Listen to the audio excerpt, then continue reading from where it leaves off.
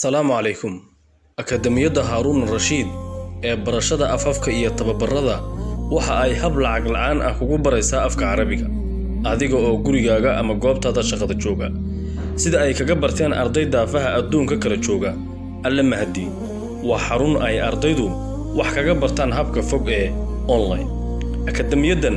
waxa loo asaasay si uu qofku ula jaan qaado habka casriga ah ee tiknoolajiyada ugana faa'iideysta aqoonta iyadoo oo diiradda saaraysa akaademiyadani afka Carabiga oo ah af caalami ah oo uu ku qoran yahay Qur'aanka Kariimka ah iyo sidoo kale axaadiista rasuulku sallallahu alayhi wa sallam ayna ku kaydsan yihiin xogo badan oo aadanuhu u baahan yahay adoonka muslimka ahna si gaar ah ugu sii baahi qabo haddii uu qofku afkaas bartana uu sidoo kale awoodi karo in uu la xidhiidho 422 milyan iyo inta ka badan ee afkan ku hadla. waxa ay akaademiyadani ku haysaa manhaj caalami ah oo tayeysan kaas oo qofka raaca u damaanad qaadaya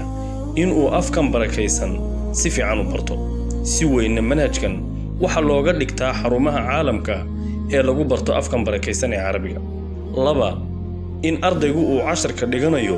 layliskana ka shaqeynayo xilligii uu isagu ka haleelo 24 saac ee maalinkii iyo habeenkii